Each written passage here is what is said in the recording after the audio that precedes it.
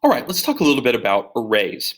Now, what makes arrays really powerful is I want you to imagine that you had lots of different things that you wanted to hold of the same type, and you had like first thing, second thing, third thing, fourth thing. Um, but you didn't want to sit there and name it thing one, thing two, thing three, thing 539. You really just wanted all this to be kind of in one spot. Um, well, that's where an array comes in. It's kind of this fixed length container of data. Now, an array is homogeneous, meaning it only holds one data type. Um, so, for example, let's say you wanted a bunch of integers. You would do an integer array, which we indicate that it's an array with these square brackets, okay, rather than just an integer. So, integer array, and then you name it again. And then there's two ways to create an array. One is this way, which creates an empty integer array. Now, when I say it's empty, I mean it's full of these default values. So 0 for ints, 0.0 for doubles, false for booleans, and null for strings and other objects, which that's going to be important later. Or you can go ahead and fill it up um, by basically listing out what you want to be in the array. One thing to mention is this uses the curly braces, not the square braces. That can be a little confusing at first. So this is our two ways of making an array. We can make one with default values, or we can fill it up. So let's take a look.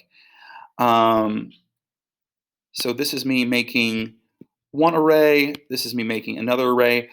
And you can also use arrays.toString to print them out if you just want to see kind of what's in there.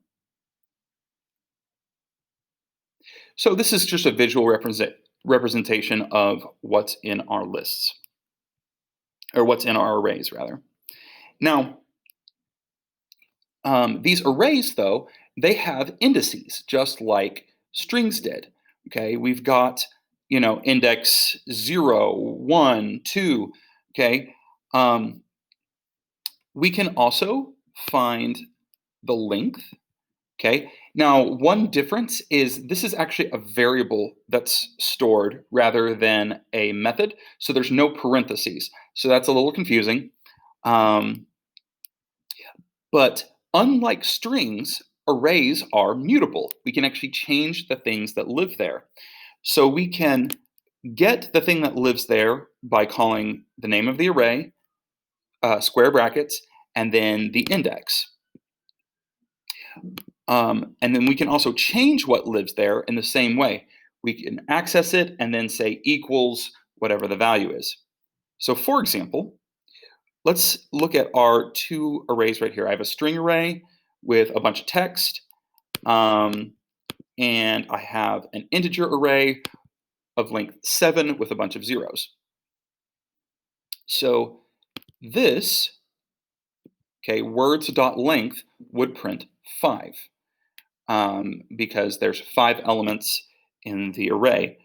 Words2, that's going to say 0, 1, 2. So words2 is actually the string on. Okay. Words at words.length minus 1, words.length minus 1 is the last thing in the array. So that would be bus. Okay. Now, words 4, setting that to car, that's going to be 0, 1, 2, 3, and that's going to change bus to be car. Numbers 3 equals 42. That's going to say I've got all these zeros, but now the fourth thing in my array is now 42. Let's print it out, see what happens. So there's our length. There's the element at index 2 in words, and the last element in words. Then we changed the what was at index 4, and then we changed what was at index 3. So that's how we can set up an array and how we can get and set values in there.